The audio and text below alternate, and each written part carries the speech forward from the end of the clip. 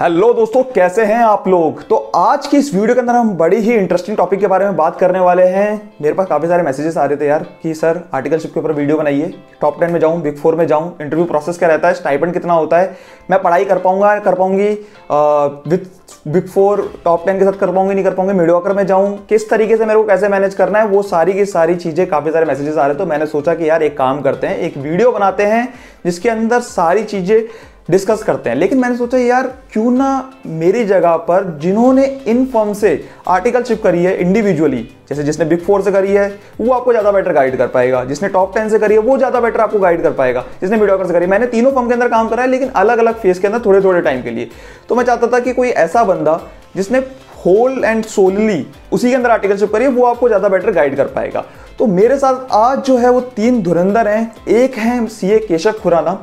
CA Keshav Khurana ने जो articleship करी है वो बिग 4 से करी है और वो as of now is working in Airtel. Second number पे हैं जो हमारे साथ वो हैं सीए आकाश सिंघल। उन्होंने जो आर्टिकलशिप करी है जनरल टॉप 10 सीए फर्म से करी है, टीआरसी एंड एसएसकेएम, और अभी वो प्रैक्टिसिंग चार्टर्ड अकाउंटेंट हैं, वेल सेटल्ड हैं, काफी अच्छा अर्न कर रहे हैं। तीसरे नंबर पे हम बात करते हैं सीए आशिका बिंदल। उन्होंने जो आर्टिकलशिप करी है वो मीडियोकर फर्म से करी है। As of now she is working with Wipro. तो काफी वेल सेटल्ड है तीनों के तीनों अपने जो फर्म थी काफी अच्छा एक्सपोजर उन्होंने गेन करा था। तो ये तीनों आपके जितने भी आंसर्स हैं, जितने भी आपके क्वेश्चंस हैं, उनके सबके आंसर्स देंगे।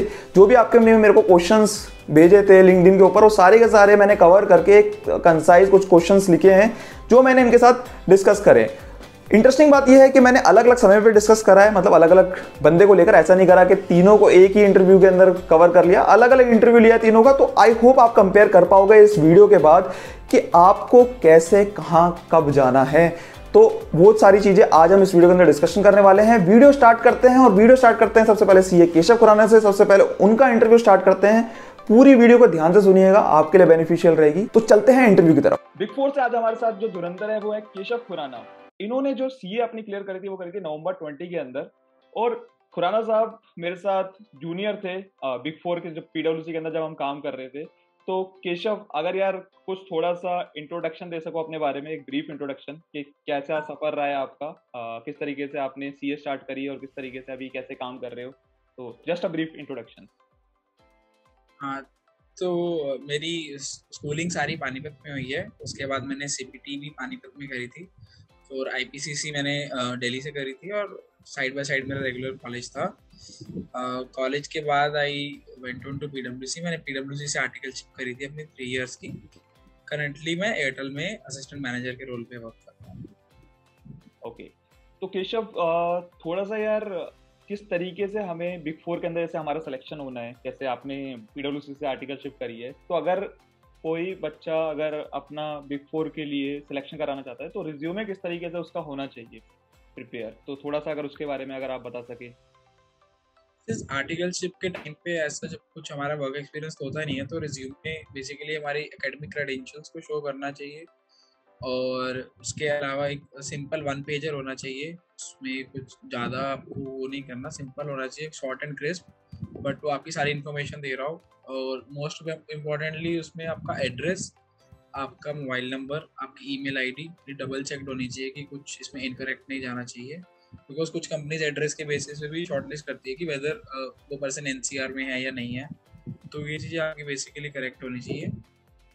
उसके अलावा तो कुछ रिज्यूमे में इतना कुछ होता नहीं आर्टिकलशिप के टाइम। Right right right. तो केशव, जब आपने अपना रिज्यूमे भेजा तो ऑब्वियसली जब पहला जो इंप्रेशन होता है वो रिज्यूमे का ही होता है। तो जब रिज्यूमे के बेसिस पे जब आपको कॉल आई तो किस तरीके का सब प्रोसेस था, जब आपने पीडब्ल्यूसी के अंदर जब आपने इंटरव्यू दिया तो प्रोसेसेस क्या थे उस समय पर, और किस तरीके से आप उस प्रोसेस के थ्रू गए थे, और थोड़ा सा अगर उसके बारे में ब्रीफ बता सको कि ताकि जो भी आने वाले जो इंटरव्यू देने वाले हैं बच्चे, उनको थोड़ी सी हेल्प हो सके। ठीक है, तो बेसिकली मेरा लास्ट ईयर ऑफ ग्रेजुएशन में मैंने अप्लाई किया था इंटरव्यूज के लिए। और मेरे को अप्रैल 30 तक बाय लेटेस्ट स्टार्ट करनी थी articleship to be eligible for November 20 तो मैंने जनवरी से ही स्टार्ट कर दिया था अप्लाई करना। सबसे पहले मैंने लिंक्डइन पे अपनी ईमेल आईडी बनाई थी। उसी टाइम पे मैंने ओरिएंटेशन कोर्स किया था समवन एडवाइज मी कि लिंक्डइन पे बनाओ। तो वहां से जितनी भी पोस्ट होती थी बिग 4 की, मैं सब पे अपना सीवी भेज देता था। अपने कनेक्शंस जितने भी मेरे थे ओरिएंटेशन कोर्स में या वैसे सीनियर्स थे, उन सबसे मैंने बिग 4 के एचआर की ईमेल आईडी ली। और कई गूगल पे भी हमें बहुत हद तक ईमेल आईडीज एचआर की मिल जाती है बिग फोर की, तो मैंने उन सारी ईमेल आईडीज पे अपना रिज्यूमे सेंड कर दिया था। अपार्ट फ्रॉम दैट मैं लिंक्डइन पे एक्टिवली इन्वॉल्व था कि कोई भी वैकेंसी जैसे ही आए तो मैं अपना सीवी रेफरल के लिए उनको डाल देता था। तो हम्म। इस तरीके से मैंने अप्लाई किया और लिंक्डइन मेजरली मेरे लिए बेनिफिशियल रहा था इसमें से। ओके, तो अप्लाई करने के बाद जो आपका प्रोसेस था फॉर द इंटरव्यू, उसके बारे में थोड़ा सा अगर आप बता सकें कि क्या स्पेसिफिकली देखा जाता है। एक यू यू आर अभी तक आपने कोई एक्सपीरियंस होता नहीं है आपके पास, तो क्या चीज़ देखी जाती है एक स्टूडेंट के अंदर, या जो पर्सन आर्टिकलशिप करने जा रहा है जो बच्चा, उसमें क्या चीज़ें देखी जाती है जिससे उसका बिग फोर के अंदर सिलेक्शन होता है? आपको क्या लगा, तो मतलब फ्रॉम योर स्पेसिफिक एक्सपीरियंस? तो स्पेसिफिकली बिग फोर के एक तो कुछ क्राइटेरियाज होते हैं अटेम्प्ट के। Like I used to work for पीडब्ल्यूसी, तो उनके क्राइटेरिया रहते हैं कि मैक्सिमम 3 अटेम्प्ट में आपका आईपीसीसी क्लियर होना चाहिए। और उनके 10th 12th के मार्क्स के भी क्राइटेरिया होते हैं। Like I was not shortlisted for Deloitte because my percentage in 12th was less than 95%। So every big four has their own criterias, तो हमें उसको फुलफिल करना होता है, वन थिंग। सेकंड थिंग, आपके कम्युनिकेशन स्किल्स पे आपको बहुत क्रिस्प, बहुत करेक्ट रहना होता है। मतलब communication skills play a vital role in your interview. You have to very confident and you have to be technically sound to clear the interview. तो आपको टेक्निकली जितना आईपीसीसी में पढ़ा है एटलीस्ट उतना आना चाहिए।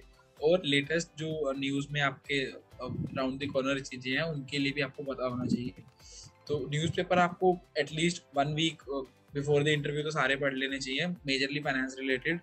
उसके अलावा आपके आईपीसीसी के कॉन्सेप्ट्स आपके स्ट्रॉन्ग होने चाहिए। अगर आप ऑडिट के लिए इंटरव्यू दे रहे हो तो मेजर आपके जो एरियाज होंगे accountancy, company law, income tax and the fourth आपका रह जाएगा उसमें जीएसटी। उसके अलावा एसएफएम एंड आईटीएसएम वो इतना इंपॉर्टेंट नहीं होता था इंटरव्यू के लिए, जो मैंने एक्सपीरियंस किया था। तो ये मेजरली रहते हैं आपके बिग फोर में। अगर राउंड्स के बारे में बात करूँ तो सबसे पहले मेरा एक ऑनलाइन टेस्ट हुआ था, वो बेसिक एप्टीट्यूड टेस्ट था। उसके बाद एक टेक्निकल राउंड हुआ था जो वहाँ पे एक सीनियर मैनेजर ने मेरा लिया था। उसके उन्होंने 4 एरिया से क्वेश्चन पूछे थे, accounts, company law, taxation and audit. और उसके अलावा फिर लास्ट में मेरा एक पार्टनर राउंड हुआ था और उसके बाद मेरी सिलेक्शन हो गई। तो किस तरीके के क्वेश्चंस पूछे जाते हैं, एक जो सीनियर मैनेजर राउंड था या फिर जो पार्टनर राउंड था, थोड़ा सा अगर उसके बारे में बता सको। हाँ, तो जो सीनियर मैनेजर राउंड था उसमें हमारे सारे क्वेश्चंस टेक्निकल होते हैं। एक स्टार्टिंग में तो सिंपल आपको ब्रीफ देना होता है अपने बारे में, टेल मी अबाउट योरसेल्फ, एक क्वेश्चन रहता है। उसके अलावा why do you want to join पीडब्ल्यूसी and where are you right now, what have you done in what are your number of attempts of IPCC. उसके अलावा जो टेक्निकल क्वेश्चन में था, तो अकाउंटेंसी में मेरे टाइम पे इंडिया बिल्कुल नए आए थे। मैंने 2018 में अप्लाई किया था, तो अभी कुछ कंपनी उसको अडॉप्ट कर रही थी। 2015 से वॉलंटरी अडॉप्शन हुआ था। तो इंडिया के टर्नओवर मेरे से पूछे थे कि कितने टर्नओवर की कंपनीज का एप्लीकेबल है। सेकंड मेरे से एक एएस उन्होंने मुझे ऑप्शन दे दिया था कि any as of your choice आप हमें बता दें, और उसमें उन्होंने मेरे से क्वेश्चंस पूछे थे। एक दो उन्होंने अपने एंड से 2 4 एएस से और क्वेश्चन पूछे थे। उसके अलावा टैक्सेशन में उन्होंने टीडीएस से पूछा था। कंपनी लॉ में उन्होंने disqualification and qualification of directors को पूछा था। और taxation, audit, accountancy, company law, यही मेरे मेन क्वेश्चन थे। ऑडिट में उन्होंने एसए में पूछा था। उन्होंने मेरे से इम्पोर्टेंस ऑफ आई गेस को पूछा था, working papers. Okay, and partner किस तरीके के क्वेश्चंस पूछ सकता है, मतलब जनरली पार्टनर राउंड में?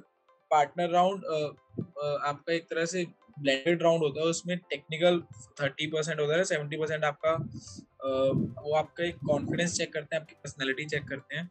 तो पार्टनर राउंड में मेरे से मेजरली उन्होंने न्यूज अपडेट्स पूछे थे कि आजकल क्या न्यूज अपडेट्स हैं।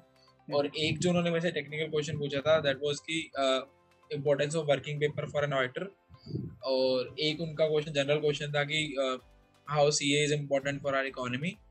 तो बेसिकली वो less technical and more general questions थे। बट वो बस मेरे एक कॉन्फिडेंस चेक कर रहे थे और एक पर्सनैलिटी चेक कर रहे थे कि मैं कितना प्रिपेयर्ड हूँ इस कंपनी में आने के लिए। सिंस एक एमएनसी कल्चर होता है बिग फोर का, तो उसके लिए प्रिपरेशन चेक कर रहे थे। राइट, तो आपका कहने का मतलब ये है कि सीनियर मैनेजर ने आपका टेक्निकलिटी जो थी, टेक्निकल जो चीजें वो चेक कर ली थी टेक्निकली। और पार्टनर को पता है कि अब जब सीनियर मैनेजर ने चेक कर ली है आपकी टेक्निकल, जो आप टेक्निकल तो साउंड हो आप, अब जो चीज है, बात है बिल्कुल पर्सनैलिटी बिल्कुल की, वो चेक करता है पार्टनर, बिल्कुल है ना? अच्छा केशव, पार्टनर। इसमें एक चीज हो रही है यार, मुझसे काफी सारे स्टूडेंट्स पूछते हैं कि जैसे इंग्लिश काफी लोगों की वीक होती है, ठीक है, मेरी भी थी जब मैं आर्टिकलशिप ज्वाइन करने गया था। तो यार क्वेश्चन आता है कि क्या इंग्लिश जो कम्युनिकेशन बोलते हैं कि कम्युनिकेशन अच्छी होनी चाहिए, तो वेदर इट्स इंग्लिश कम्युनिकेशन और हिंदी में भी चल जाएगा, मतलब किस तरीके से इंग्लिश भी चल जाएगा, इंग्लिश और प्लस हिंदी किस तरीके से होना चाहिए आपके हिसाब से? सो ये हार्ड ट्रूथ है तुषार की इंग्लिश तो मोर और लेस डिवाइड रहती है बिग फोर में, सिंस एमएनसी कल्चर होता है। आपको भी पता है कि हमारे मल्टीनेशनल क्लाइंट्स होते थे, हम्म। उसमें हमें डिफरेंट कंट्रीज के मैनेजर से डील करना पड़ता था, क्लाइंट पर्सनल से डील करना पड़ता था। तो इंग्लिश तो वन थिंग है जो नेसेसरी है आपके लिए, अगर आप बिग फोर के लिए प्लान कर रहे हो। अगर आप टॉप 20 के लिए प्लान कर रहे हो तो आप उस पर थोड़ा वो कर सकते हो compromise, but big four specifically आपको इंग्लिश तो आपको वेल प्रिपेयर्ड रहना पड़ेगा, और इंग्लिश से भी ज्यादा आपको कॉन्फिडेंट रहना पड़ेगा। आप बहुत क्लियर होने चाहिए अपना मैसेज देने में, फंबल नहीं करने चाहिए वहाँ। तो मतलब आप कह रहे हो कि जब मैं इंटरव्यू के लिए बैठूं तो मेरी जो इंग्लिश होनी चाहिए वो 100% एक्यूरेट और बढ़िया तरीके से मेरे को प्रेजेंट करनी 100% नहीं, चाहिए। सो उस टाइम हम स्टूडेंट होते तो बिल्कुल 100% तो नहीं सकते, एटलीस्ट हम क्लियर हो अपने पॉइंट में, इतना होना चाहिए। और उसके अलावा जो 3-4 बेसिक क्वेश्चन है, मैं तो हमेशा प्रिपेयर करके चलता था, वो लर्न करके ही चलता था कि क्या आंसर इनके देने हैं।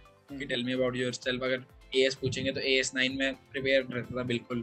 उस टाइम मुझे एएस 9 थोड़ा अच्छा लगता था, मैं वो कर लेता था, ऐसे रहता था। ओके, तो ये बात हुई हमारी कैसे आपने ज्वाइनिंग करी। अच्छा, ज्वाइनिंग के बाद अब जब आपका सबसे उसमें जैसे किस तरीके का आपका स्टाइपेंड रहा था, कितना आपका स्टाइपेंड मिलता था ईयर ऑन ईयर, और किस तरीके से आपने स्टडीज़ को मैनेज करा अलॉन्ग विद योर आर्टिकलशिप, उसके बारे में अगर थोड़ा सा बता सकें।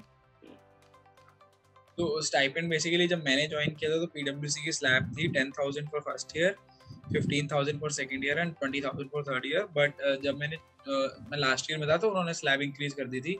अब करंटली उनकी slab 15,000 for first year, 20,000 for second year, 25,000 for third year है। एंड हाउ और यू इसके मैनेज। अलावा स्टडीज में, हाँ सॉरी। स्टडीज का थोड़ा तुषार रहता ही है कि अगर आपका कुछ कुछ आपको पता है बिजी सीजन होते हैं ऑडिट में, आप वेल अवेयर्ड हो इसके लिए कि उस टाइम पे आपको स्टडीज मोर और लेस आप मैनेज नहीं कर पाते हो। कुछ टाइम आपको बहुत परेशान भी हो जाते हैं, फ्रस्ट्रेटेड हो जाता है कि कैसे पढ़ाई होगी।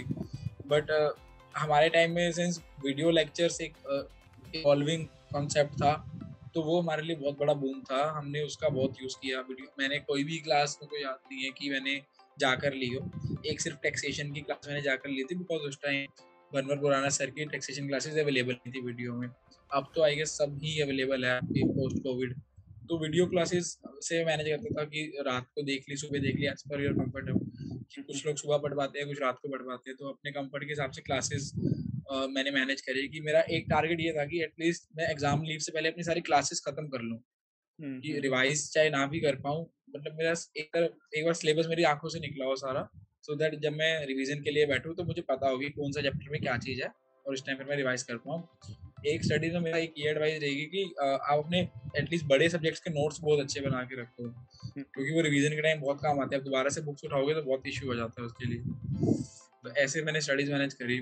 थोड़ा दिक्कत, आप तो मेरे साथ ही थे, थोड़ी दिक्कत तो रह ही जाती थी स्टडीज के लिए, कई बार लड़ना भी पड़ जाता था अपनी क्लासेस के लिए। बट मोर और लेस आपको मैनेज करना होता है, आपको अपने मैनेजर से ट्यूनिंग अच्छी रखनी होती है कि मैं क्लास अटेंड करके आऊँगा। आपको सब चीज़ मैनेज करके चलनी पड़ेगी, और मतलब बिल्कुल केक वॉक नहीं होगी, आपको थोड़ा तो एक्स्ट्रा एफर्ट लगाने ही पड़ेंगे। और जनरली कितने टाइम की छुट्टियां मिल जाती है इस तरीके से, अगर थोड़ा सा बता सकते कितने टाइम की? तो पीडब्ल्यूसी में 4 मंथ्स की छुट्टियां मिलती हैं। जब मैं लास्ट ईयर में था, ये पॉलिसी भी चेंज हो गई थी, आई गेस अब 5 मंथ्स की छुट्टियां देते हैं वो। और उसके अलावा एक आईटीटी और ओपी की लीव्स भी वो अलाउ करते हैं जब आपका बैच होता है, फुल लीव होती है, तो उसमें भी आपको पढ़ने के लिए अच्छा टाइम मिल जाता है, बिकॉज वो हाफ डे की ट्रेनिंग होती है और बाकी हाफ डे आप यूटिलाइज कर सकते हैं। तो जनरली कितने घंटे वर्किंग रहती थी केशव जब आप पीडब्ल्यूसी में काम करते थे? तो ये आई नो सबसे थोड़ी सी अच्छा क्वेश्चन है। एक्सटेंसिव वर्किंग रहती थी, बट फिर भी मतलब हाँ तो obviously- तुषार, सी ऑडिट का जो बिजी पीरियड होता है वो, अगर आप नॉन लिस्टेड क्लाइंट पे वर्क कर रहे हो तो जुलाई से सितंबर रहता था। तो उस टाइम तो वर्किंग आवर्स रहते ही थे, क्योंकि हम क्लास करके आते थे 11 बजे तक, मैं 10:30-11 तक ऑफिस पहुंचता था, और 8 बजे तक तो मिनिमम रहता ही था। और अगर लास्ट डेज ऑफ ऑडिट है तो फिर तो कुछ टाइम नहीं होता था, फिर तो बस आना और जाना होता था घर, उसके अलावा कुछ नहीं। बट अब लीन पीरियड भी आता है, लाइक नवंबर जब आपकी टैक्स ऑडिट क्लोज हो जाती है, तो दिसंबर आपका बहुत लीन पीरियड होता है। बिग फोर 15 डेज के लिए तो ऑफ ही होते हैं मोर और लेस, उनका ईयर एंड ब्रेक आता है। जनवरी फेब भी आपका लीन पीरियड होता है। तो इस टाइम पे आप अच्छे से मैनेज कर सकते हो अपनी स्टडीज, बट वो भी डिपेंड करता है। अगर आपको कोई क्लाइंट लग गया उस टाइम पे, कोई ग्रुप रिपोर्टिंग का या ग्लोबल क्लाइंट, तो आपको मैनेज करना पड़ेगा। मोर और लेस आप जुलाई टू सितंबर ज़्यादा बिजी रहते हो, और बाकी टाइम पे आप स्टडीज मैनेज कर सकते हो। ओके, तो कुछ टूर वूर के बारे में अगर कुछ एक्सपीरियंस शेयर करना चाहो, जैसे जैसे PwC के अंदर कि जो एक्स्ट्रा एक्टिविटीज़ होती हैं, किस तरीके की वो एक्टिविटीज़ रहती हैं, किस तरीके से वो फन वाला जो मोमेंट है। तो फन वगैरह पीडब्ल्यूसी ऑफ साइड ऑर्गेनाइज करती है, वो एक अमेजिंग एक्सपीरियंस होता है, every person waits for it. उसके अलावा टीम पार्टीज बहुत होती हैं, जब भी क्लाइंट क्लोज होता है या क्लाइंट क्लोज नहीं भी होता। उसके अलावा बीच में भी टीम पार्टीज बहुत होती हैं। टीम आपके साथ भी मैंने बहुत पार्टीज अटेंड करी है, आप तो वेल पता ही है। तो ये चीज़ें फन लेवल पूरा होता है। और आपका एक गुड़गांव की साइबर सिटी में ऑफिस होता है, तो every day it's a party in cyber city. Right. वैसे उस लेवल पे तो कोई प्रॉब्लम नहीं आती है, मतलब आप फुल हैप्पी रहते हैं उस एंगल से। राइट।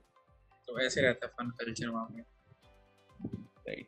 अच्छा, जैसे केशव आपने बिग फोर में आर्टिकलशिप करी, अब now you are working in Airtel, तो any specific reason you have shifted from big four to industry, और उसके ऊपर अगर कुछ बताना चाहो। उसका रीज़न फॉर श्योर है। एक तो मुझे इनिशियल ईयर है, तो मैं लर्निंग एस्पेक्ट को थोड़ा ज़्यादा इस टाइम फोकस कर रहा हूँ। और मुझे ये कि इनिशियल ईयर्स में ही अगर मैं इंडस्ट्री का एक एंगल देख लूँ कि हाउ डज इंडस्ट्री वर्क, और मेरा थोड़ा बिजनेस साइड भी ज़्यादा इंटरेस्ट होता है कि इंडस्ट्री अल्टीमेटली वर्क कैसे करती है। ऑडिट इज अ पोस्टमार्टम, कि हम फाइनेंशियल्स बन जाते हैं, उसके बाद हम उसको ऑडिट करते हैं। बट मैं ये देखना चाहता हूँ कि फाइनेंशियल्स अलोंग द ईयर कैसे चीज़ें मूव करती हैं, कैसे कंपनी प्लान करती है फाइनेंशियल्स, कैसे उनको चाहिए, कैसे मार्केट में उनके फाइनेंशियल्स की वो रहती है। तो उस पर्पज से मैंने एयरटेल ज्वाइन किया। प्लस मेरे को एक बिग ब्रांड में अपॉर्चुनिटी मिल रही थी कि टॉप 100 लिस्टेड कंपनी में अगर मेरा सिलेक्शन हो गया था, तो तभी मैंने शिफ्ट किया। अदरवाइज मुझे पीडब्ल्यूसी से भी ऐसा कुछ प्रॉब्लम नहीं थी, मेरे लर्निंग एस्पेक्ट वहाँ पे बहुत अच्छे थे। बट ये भी थोड़ा मैटर था, इंडस्ट्री में मेरे को एक बार चेक करना था कि कैसे इंडस्ट्री वर्क करती है। राइट। सो केशव, आपको क्या लगता है कि एक पर्सन को बिग फोर के अंदर काम करना चाहिए, और करना चाहिए तो क्यों करना चाहिए, मतलब उसका क्या फ्यूचर प्रोस्पेक्टिव होना चाहिए ताकि वो बिग फोर के अंदर काम करे? सिंपल है तुषार, इसमें अगर आपको पोस्ट ऑफ ईयर क्वालिफिकेशन, आपका कॉर्पोरेट लाइफ में जाने का प्लान है, या आपका पोस्ट क्वालिफिकेशन सैलरी क्लास में रहने का प्लान है, तो आपके लिए बिग फोर से बेटर कोई भी ऑप्शन नहीं है। बिकॉज बिग फोर के स्टाफ को एवरीवेयर यू आर अप्रिशिएटेड, क्योंकि यहाँ पे जो ग्रूमिंग होती है आपकी, वो कहीं पर नहीं होती। क्योंकि यहाँ लर्निंग पे बहुत ज़्यादा फोकस किया जाता है, ट्रेनिंग्स बहुत ज़्यादा होती हैं, और भी बहुत सीखने को मिलता है। बट इसका एक डिसएडवांटेज ये है कि अगर आपका प्रैक्टिस का मन है पोस्ट क्वालिफिकेशन, तो मैं पर्सनली ये एडवाइस नहीं करूँगा कि आप बिग फोर से आर्टिकलशिप करो। बिकॉज आप एक एरिया में कन्फाइंड हो जाते हो कि आपको उस एरिया का ही पता होता है। और अदरवाइज जो प्रैक्टिस, जो एक स्टार्टिंग प्रैक्टिस होती है सीए के लिए, जो उसमें वर्क होता है, आपको उसमें बिल्कुल एक्सपोजर ही नहीं होता। अगर आप ऑडिट कर रहे हो तो सिर्फ आपका ऑडिट का ही पता है, अकाउंटेंसी का पता है, और वो भी इतने बड़े क्लाइंट्स का पता है जो आपको इनिशियल ईयर ऑफ प्रैक्टिस में नहीं मिलते। आपको स्मॉल क्लाइंट्स का वर्क नहीं समझ आता है। तो बट अगर आपको बड़े बिग कॉर्पोरेट्स के लिए जॉब करनी है या इनमें एम्प्लॉयड होना है, तो वो लोग हमेशा बिग फोर को प्रेफर करते हैं, बिग फोर के एम्प्लॉयज को प्रेफर करते हैं। तो आप उस एंगल से बिग फोर को जरूर जा सकते हैं। Okay, great. Any closing message जो आप देना चाहो? नहीं, सच तो कुछ नहीं, आपने सारा कुछ कवर कर लिया तुषार। एंड आई थिंक आप बहुत अच्छा इनिशिएटिव ले रहे हो कि नए स्टूडेंट्स के लिए क्वेरीज आप रिजॉल्व कर रहे हो। जब हम भी आर्टिकलशिप के लिए आते थे, हम बिल्कुल कुछ आइडिया ही नहीं था कि कहाँ जाएं, किससे बात करें, क्या होता है बिग फोर, क्या है, क्या बिग सिक्स है, क्या टॉप 20 है। तो आप ये क्वेरीज उनकी रिजॉल्व कर रहे हो और उनको पूरा 360 डिग्री व्यू दे रहे हो कि कैसे किस फर्म में कैसा एक्सपोजर होता है, so that they can plan there decision accordingly. Thank you Keshav.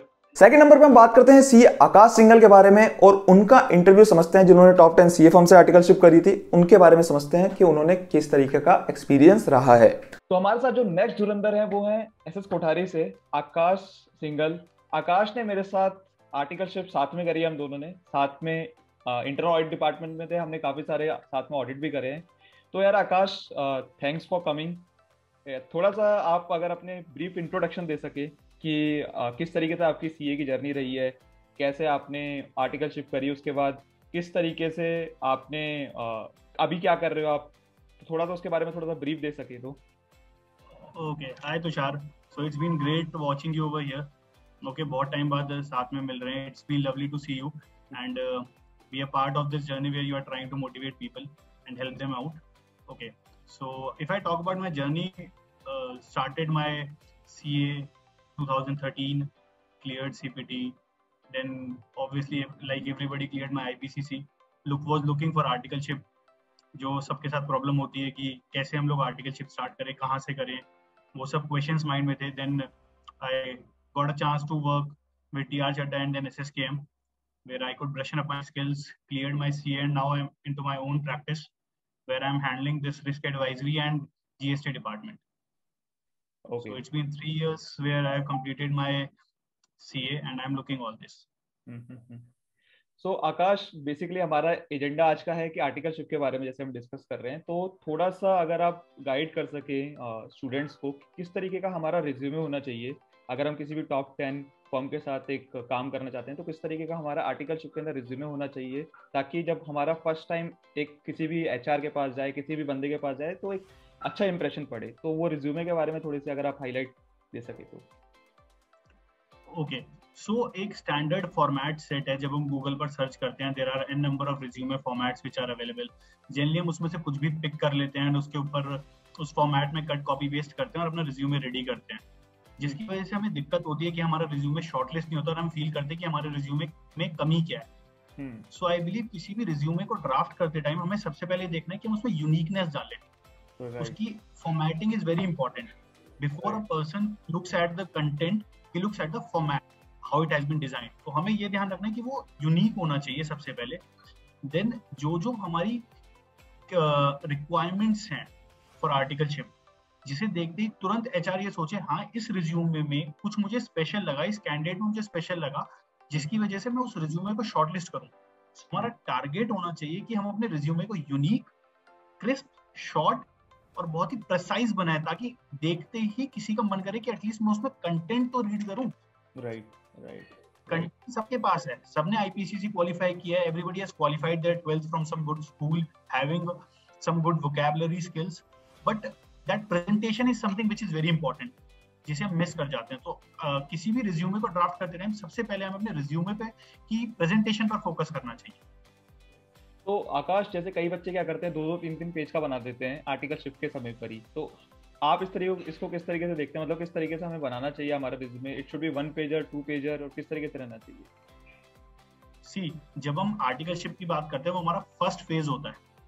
हमारे पास किसी चीज का एक्सपीरियंस नहीं होता, सिर्फ एकेडमिक क्वालिफिकेशंस होती हैं, राइट, ठीक है, या को करिकुलर एक्टिविटी का एक्सपीरियंस होता है। सो उस समय हमारे पास लिखने के लिए कंटेंट कम होता है, तो हम क्या करते हैं, नंबर ऑफ पेजेस से डिफाइन करते हैं कि रिज्यूमे कितना अच्छा है।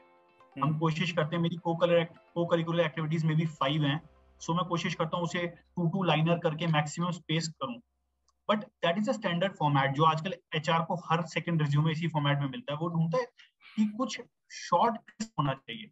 सो utilizing that complete A4 size page, उसे पार्टीशन करके, ताकि वो एक डिजाइन भी लगे और एक पेज में उसे समझ में भी आ जाए। वो पेज को टर्न नहीं करना चाहता। दे वांट होना चाहिए, मतलब जो भी इंफॉर्मेशन है कंसाइज वे में, एक ही पेज के ऊपर हमारी जो भी इंफॉर्मेशन है वो हम कवर करें। क्योंकि स्पेसिफिकली टाइम पे जब हम अपना रिज्यूमे आर्टिकलशिप का बना रहे हैं, so my experience says if it's a 1 pager that's the best. Maximum can go to 2 page, but 1 page is still best. Right. So जैसे आकाश, आपने बताया कि आपने TR चड्डा में भी काम करा और कोठारी में भी काम करा, तो दोनों ही टॉप 10 CA फर्म्स हैं। तो किस तरीके का आपका एक्सपीरियंस रहा है, कैसे आप ऑन बोर्ड हुए वहाँ पर, किस तरीके का आपका इंटरव्यू का प्रोसेस रहा है, किस तरीके से आप वहाँ पे सेलेक्टेड हुए, वो थोड़ा सा अगर आप बता सके।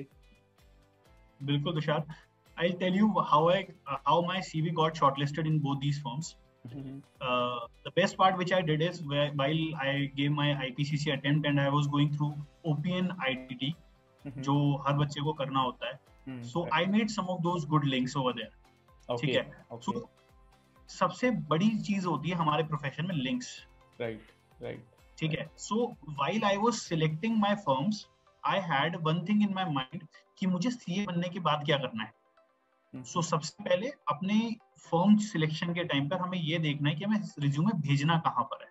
ओके. तो अगर मैंने ये देख लिया कि मुझे आगे प्रैक्टिस में जाना है, so I will choose some other standard of firms, and if I want to go for big fours और अ जॉब, तो मैं कुछ और तरीके से सोचूंगा इंडस्ट्री के लिए. तो मैंने जब अपना रिज्यूमे शॉर्टलिस्ट के लिए अपने कुछ सीनियर से कांटेक्ट किया, that okay you can contact that HR, your CV will get shortlisted. So it was a first step referral, क्योंकि रिज्यूमेज एचआर के पास काफी सारे होते हैं, तो वहां पर हमें एज मिलती है, we have that link.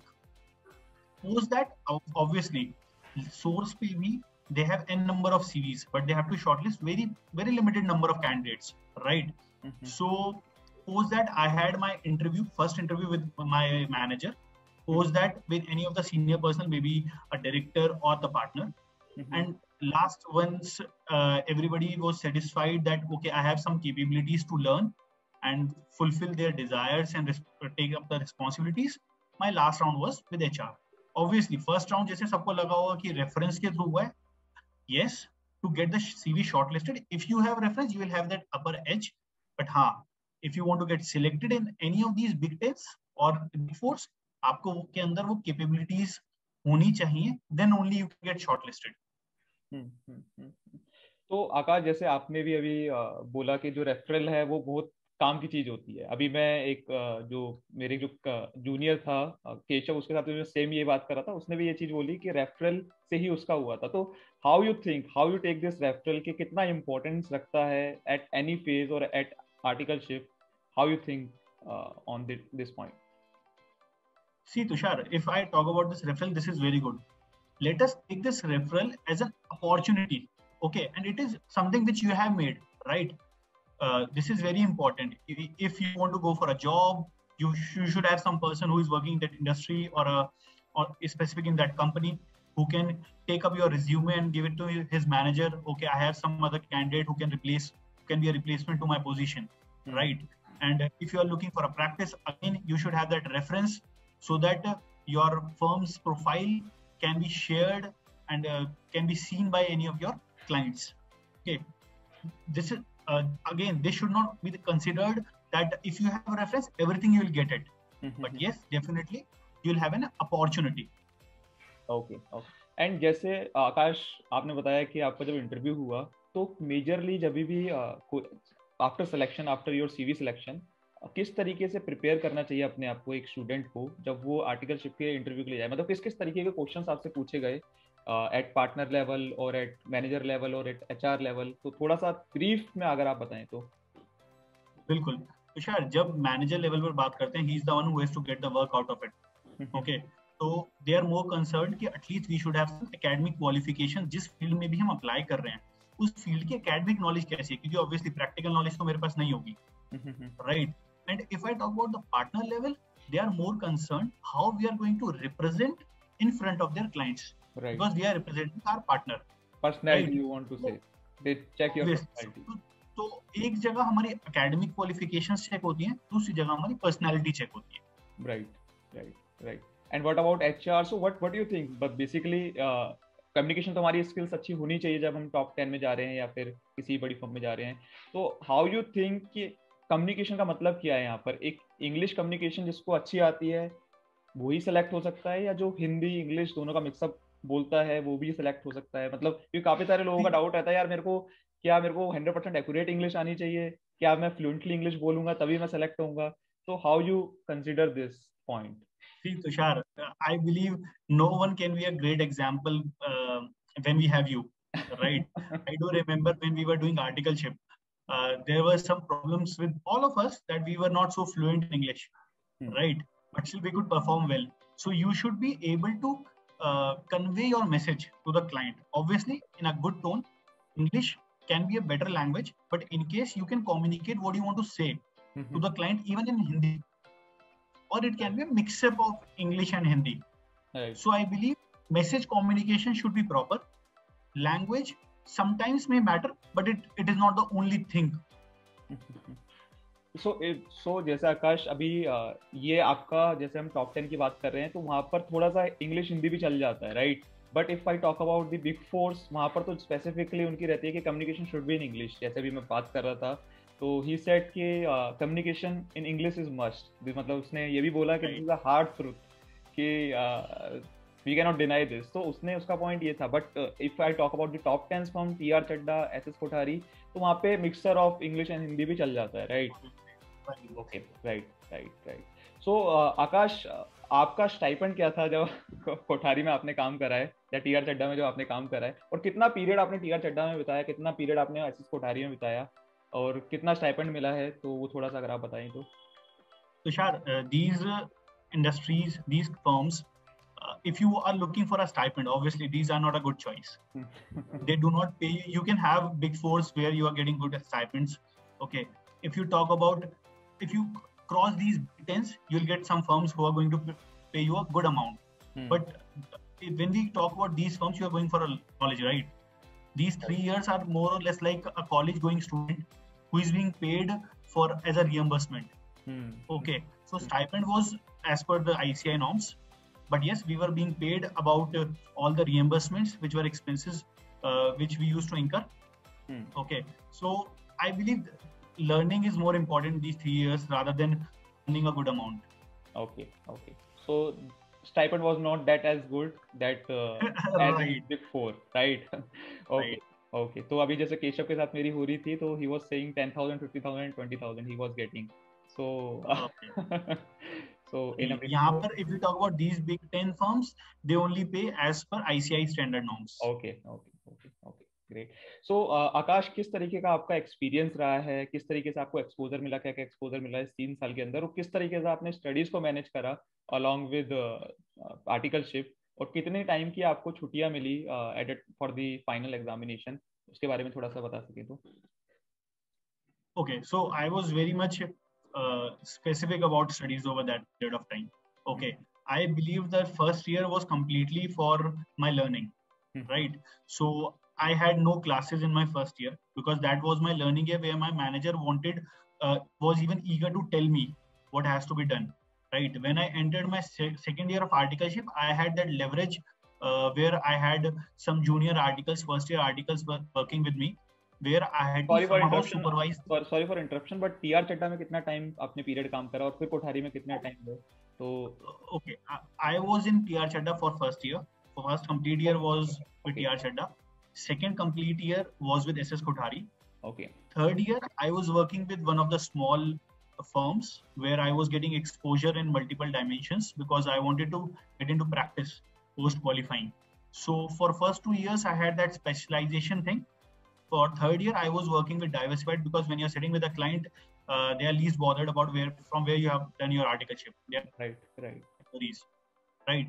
So for first year, when I was with TR Chadda, I hardly had any leaves. I had 2-3 leaves in complete 1 year. For second year, I was focused on both. My studies were also in my priority list.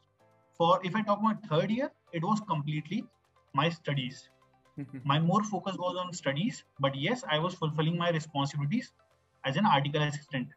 Right. Okay, so first year completely you should focus on your articleship. That's the best period where your manager or your team member wants you to learn. So that's for second and third year you can be a tree who is giving fruit to him. Right. So कितना time आप articleship को देते थे और कितना time studies को देते थे? अगर मैं पहले फर्स्ट और सेकंड ईयर की बात करूं, उसके बाद थर्ड ईयर में कितना टाइम आपको लीव्स के लिए मिला और किस तरीके से मैनेज करा? For first year, honestly, I had no leaves. I had not started my classes even. If I talk about second year, I started those classes which I had to take myself rather than going to some study centers and study. Okay, so I used to occupy my morning time from 5:30 to 8 or 8:30. I used to finish one of the classes, and in case I had that last flesh in my body at the day end, I used to take half of the class over that period. Okay. So if I talk about the third period, it was completely dedicated to my studies. So I had that focus that I have to do at least 2 classes a day, morning one and evening one. And last 6 months, I had more focus on my studies. I rarely used to go to my office. So if I say about my leaves, 5 months were like for both of us. Okay. So it was about, so now Akash, after like you have worked with top 10 firm and a mediocre firm, उसके बाद जैसे आपने बताया आपने practice start करी, तो किस तरीके से आपको वो जो एक्सपीरियंस है आर्टिकलशिप का किस तरीके से आपको हेल्प कर रहा है फॉर योर प्रैक्टिस, अगर उसके बारे में थोड़ा सा बता सकें। बिल्कुल तुषार, जैसे मैंने आपको बताया कि मैंने अपनी प्रैक्टिस स्टार्ट करी है, और the first word that I use starting with my interview was link. तो जो कुछ भी मैंने सीखा 2 साल में, that was my specialization period. Third year was my diversified period, जिससे मैं अपनी प्रैक्टिस में मेजरली यूज करता हूँ, बिकॉज क्लाइंट को सब कुछ बताना पड़ता है, whatever they wish to ask. Okay, for first 2 years I made some of the good links which are helping me out in setting up my practice. I'm getting assignments through those links where they have trust on my skills. They know I can provide them a quality work. So for first जो 2 साल में सीखा उससे specialisation से आज काम मिलता है, और जो थर्ड ईयर में सीखा उससे ऑब्वियसली हम अपने क्लाइंट को सेटिस्फाई करते हैं। So आकाश यार, काफी इनसाइट्स दिया आपने इस इंटरव्यू के अंदर। अगर आपके फिर भी जैसे अभी कुछ आपको क्लोजर लाइन अपनी तरफ से कुछ आप गाइडेंस देना चाहें स्टूडेंट्स को from your side, anything? See, I would only suggest each and every student, before acting, first plan. And if you plan, then definitely execute it so that you do not have any regret in your mind that I should have done it. Results may be positive or negative, but yes, you have to keep that hope, faith in you that yes, you can do it. तीसरे number पे हम बात करते हैं आशिका बिंदल के बारे में, जिन्होंने मीडियोकर फर्म से अपनी आर्टिकलशिप करी है। तो चलते हैं इंटरव्यू की तरफ। तो नेक्स्ट हमारे साथ जो धुरंधर है वो है आशिका बिंदल। आशिका बिंदल ने अपनी जो आर्टिकलशिप करी है वो मीडियोकर फर्म के साथ करी है। तो Ashika, thank you on board. तो आशिका, अगर आप थोड़ा सा अपने बारे में ब्रीफ एक इंट्रोडक्शन दे सके कि किस तरीके की आपकी जर्नी रही है सीए की, किस तरीके से अभी क्या कर रहे हो आप, थोड़ा सा उसके बारे में बता सके तो। Sure. So basically, I started my CA journey in 2013. So like मेरा CPT फर्स्ट अटेम्प्ट में निकल गया था, देन IPCC बोर्ड ग्रुप। उसके बाद हमारा आर्टिकलशिप पीरियड आता है, जहाँ पे हम पहली बार ऐसे प्रैक्टिकल वर्ल्ड में एंटर करते हैं, जहाँ पे हमें एक्चुअल में काम करना होता है अपनी पढ़ाई की दुनिया से थोड़ा आगे आके। तो यहाँ पे ऑब्वियसली सबको प्रॉब्लम्स आती हैं, तो मेरे को भी काफी सारी प्रॉब्लम्स आई। Like I try to apply in many big firms, big 4, top 10, but कहीं से भी कुछ भी रिस्पॉन्स नहीं मिला, तो काफी डिसअपॉइंटेड था मेरे लिए। But then like one of my friend, उसने मुझे रेफर करा उस फॉर्म में जिसमें मैं करंटली आर्टिकलशिप कर रही हूँ। ऑल्सो लाइक बाकी सब स्टूडेंट्स की तरह मेरे को भी था कि नहीं यार मेडियोकर फर्म में नहीं करनी है, but then I realize after completing my articleship, जहाँ पे मेरे को काफी डिफरेंट फील्ड्स का एक्सपीरियंस मिला, like audit, stat audit, bank audit, internal audit, foreign accounting, Indian accounting, everything. Like I was not limited to a single field only. मेरे को काफी सारे डिफरेंट फील्ड का, वेरियस फील्ड का वहाँ पे एक्सपीरियंस मिला। और देन आफ्टर क्वालिफाइंग, और मेडिकल फर्म में काम करने का एक और फायदा होता है कि आपको पैरेलली पढ़ने का भी टाइम मिलता है, आप अपनी स्टडी भी पैरेलली कंटिन्यू कर पाते हो, बिकॉज एक तो छोटी फर्म होती है तो प्रिंसिपल थोड़ा मैनेजेबल होता है, प्लस काम भी थोड़ा मैनेजेबल होता है, तो उसके साथ आप अपनी पढ़ाई भी कंटिन्यू कर पाते हो। And even after working with like mediocre firm, when I got qualified, उसके बाद I worked with very good companies. Like I started my journey with Oyo Rooms. I worked there, and then I moved to Indigo, which is also a very well-known company. And I worked there, and now currently I'm working with Wipro, and that too with a very good client of theirs, which is Blackstone. So yeah, you can see that it's not a bad idea to like complete your articleship from mediocre firm itself. तो जैसे लोग बोलते हैं कि यार mediocre firm से articleship, मतलब आप जैसे आपने बोला कि काफी सारे बेनिफिट्स भी हैं मीडियोकर फर्म से आर्टिकलशिप करने के भी, लाइक आप वेरियस जगह पे आप एक्सपोजर लेते हो, आप एक लिमिटेड नहीं रहते एक एरिया के अंदर, तो आपने ऐसे काफी सारे एरियाज के अंदर काम करा।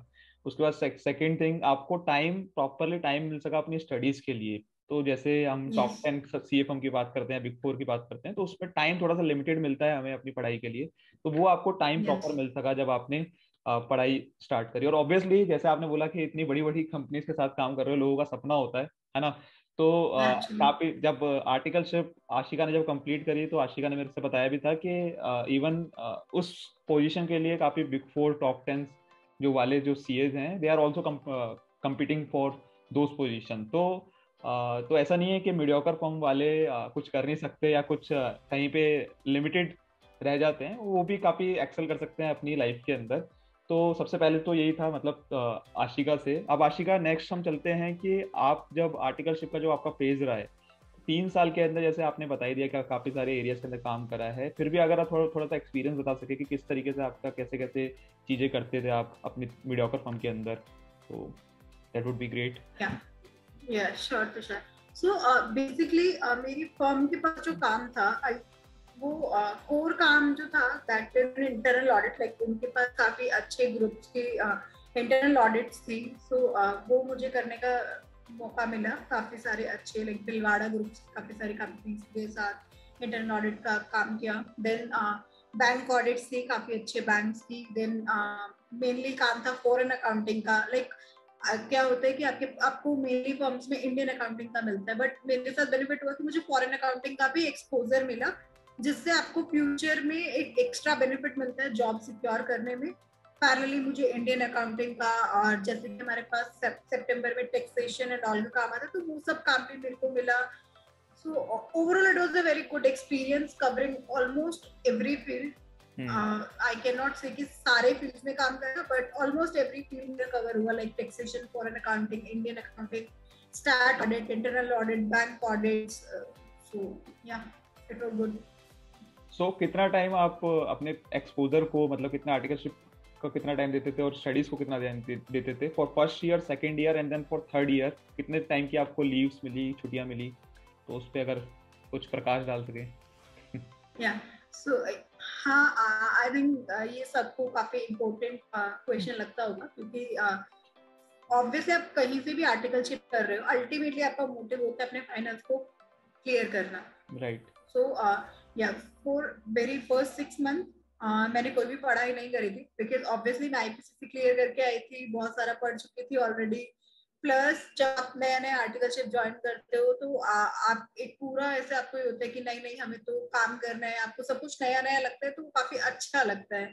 But then after 6 month I realised yes my finals are coming, so उसको भी नहीं छोड़ना है, क्योंकि अगर मैं नहीं पढ़ती हूँ, कंटिन्यू नहीं करती हूँ, तो ऑब्वियसली शुरू में आपको एक इंडस्ट्री में एक लाइक मार्केट में काम करना आपको काफी फैंसी लगता है। बट यस, तो आफ्टर 6 मंथ मैंने basically early morning classes start करी, बिकॉज शाम को आपको कोई भी फिक्स नहीं होता है। अगर आप शाम की क्लासेस ज्वाइन करते हैं, यू नेवर नो कि आप अपने क्लाइंट से कितने बजे फ्री होते हैं और आप वो क्लास अटेंड कर पाएंगे कि नहीं कर पाएंगे। तो इसलिए आई प्लान एंड मैंने अपनी अर्ली मॉर्निंग क्लासेस शुरू करी। सो मैं सुबह क्लास करती थी, देन पूरा दिन ऑफिस का काम करके अगर मेरे को लगता है कि मैं टाइम से फ्री हो गई हूँ और मैं जितना भी मेरे पास टाइम बचता था, तो I used to revise the thing, I used to complete my homework that I am getting in the class that I am joining in the early morning. And या सो मैंने लाइक फॉर नेक्स्ट 6 मंथ मैंने सिर्फ morning classes करी, evening class को skip किया, इसीलिए ताकि मैं अपने काम को भी प्रॉपर टाइम दे पाऊँ और पैरेलली अपनी पढ़ाई भी कर पाऊँ। देन सेकेंड ईयर में या I started doing classes both in evening as well as morning. Although evening की क्लास काफी बार स्किप होती है, क्योंकि आप कई बार आउट स्टेशन होते हो, कई बार आप क्लाइंट में इतना ज्यादा प्रेशर होता है कि आप नहीं कर पाते हो। तो but still I try to maintain. And then अगर मैं बात करूँ लीव्स की, तो हाँ, लीव्स के मामले में मेडियोकर फर्म में कई बार आपको थोड़ी लीनियंसी मिल जाती है। सो मेरे को पूरे 6 महीने की लीव्स मिली थी लास्ट में। तो बाय इन दोस 6 मंथ लाइक जो भी मेरा सिलेबस बचा था वो मैंने कवर करा, प्लस जो मैंने इवनिंग मॉर्निंग करके क्लासेस करी थी, जो कि एक्चुअल में उस टाइम पे उतनी अच्छी से रिवीजन नहीं हो पाती है टाइम कॉन्स्टेंट की वजह से, तो उसको पूरा रिवाइज करा। तो हाँ, मैंने यही पूरा प्रोसीजर फॉलो करा। तो मतलब अल्टीमेटली मुझे मीडियोकर फर्म में जब काम करता हूँ तो टाइम मेरे को मिल जाता है फॉर माय स्टडीज, और जो कि बिग 4 में और टॉप 10 में देखते हैं थोड़ा सा वो कंजेस्टेड हो जाती हैं चीजें और वो थोड़ा सी दिक्कत करती हैं। तो मीडियोकर फर्म का एक ये भी, यस, हाँ जी, एक्चुअली इट इज, क्योंकि I think big 4 and top 10, although मेरे को कोई वर्क एक्सपीरियंस नहीं है उनका, बट जितना भी मैंने अपने फ्रेंड्स एंड लोगों से सुना है दैट लाइक कि वो आपको बहुत ज्यादा आउट स्टेशन भेजते हैं, तो आपके लिए ये सब स्टडी पैरेलली मैनेज करना का थोड़ा सा डिफिकल्ट हो जाता है। जबकि आप अगर मेडियोकर फॉर्म में हैं और आप थोड़ा सा अच्छे से प्लान करके चलते हैं तो आप अपनी पढ़ाई कंटिन्यू कर पाते हैं। राइट, तो आशिका ने पढ़ाई भी साथ में मतलब पैरेलली मैनेज करी, और अभी आप देख ही रहे हैं कि कितनी बड़ी ऑर्गेनाइजेशन के साथ काम कर रही है, तो ऑब्वियसली एक्सपोजर भी काफी अच्छा ही मिला होगा। तो मीडियोकर फर्म में जो लोग काम करते हैं उनको मेजरली अगर मैं देखूँ तो जनरली अगर मैं प्रैक्टिस में जाने वाला हूँ, लोग बोलते हैं ऐसे प्रैक्टिस में जा रहा हूँ तो मेरे को मीडियोकर फर्म चूज करनी चाहिए। हाउ यू सी दिस, मतलब बेसिकली उनको कहाँ पे जाना चाहिए? आपको क्या लगता है कि जो मीडियोकर फर्म से जो काम करते हैं उनको बेटर हैंड ऑन होता है छोटी चीजों के ऊपर, तो आपको क्या लगता है इसके ऊपर?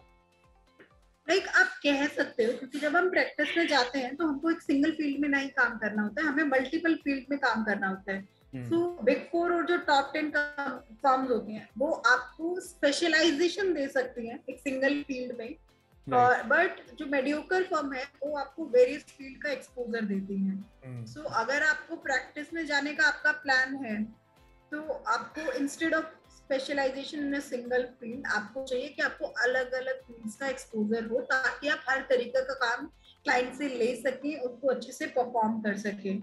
स्पेशलाइजेशन ऑब्वियसली अच्छा होता है, बट आई डोंट थिंक कि आप सिर्फ एक सिंगल फील्ड को लेके अपनी प्रैक्टिस को फ्यूचर में कहीं बहुत आगे इमेजिन कर सकते हो। राइट, तो मेन मुद्दे पे आते हैं कि स्टाइपेंड कितना मिलता था आपको? यार स्टाइपेंड का थोड़ा सा इशू होता है, लाइक मेडियोकर फर्म्स, मेरी मेडियोकर फर्म थी तो मेरे को तो एज पर आईसीआई गाइडलाइंस जो भी था मिनिमम स्टाइपेंड वही मिलता था। कुछ फर्म्स थोड़ा सा ज्यादा देते हैं, बट हाँ हर एक चीज के प्रो एंड कॉन्स होते हैं। तो यू कैन से कि this is like cons of mediocre firm कि वो बिग 4 जितना है टॉप 10 की तरह बहुत अच्छा स्टाइपेंड नहीं देती है, but because you get time to study in mediocre firm, और आप हो सकता है फर्स्ट अटेम्प्ट में निकाल लो तो और उसमें एक अटेम्प्ट लगे तो आप 6 महीने में वो स्टाइपेंड वाली चीज कवर कर सकते हो, अच्छे से okay. So anything you want to say with our viewers, anything like कोई भी closer line or something? Yeah, sure. So I want to say like don't get disappointed if you are not if you don't get selected in any big 4 or any top 10 firms for your articleship. Like when you get qualified, then it doesn't matter. Even when you are working in the industry, everyone is in same line. You will get people who completed their articleship in big 4, top 10. Everyone is there only. Everyone is landing there only industry mein. So yeah, you can like happily complete your CA journey in first attempt. I think that is what matters most. So this is it. पहले तो मैं तीनों का शुक्रिया अदा करना चाहूंगा, आकाश सिंघल, केशव खुराना और आशिका बिंदल, जिन्होंने अपना टाइम निकाला और अपने कीमती टाइम निकाल के आए और उन्होंने आप लोगों को गाइडेंस दी। तो thank you so much for all of you 3। And अगर आपको इन लोगों को फॉलो करना है तो मैं लिंक्डइन की इनकी आईडी डिस्क्रिप्शन में दे दूंगा, तो जाके आप फॉलो भी कर सकते हैं इन लोगों को। और अगर आपको ये वीडियो पसंद आई तो लाइक जरूर करिएगा, चैनल को सब्सक्राइब जरूर करिएगा, और फर्दर फ्यूचर में क्या वीडियो बनानी है आप कमेंट सेक्शन में कमेंट करना ना भूलिएगा। Thank you so much.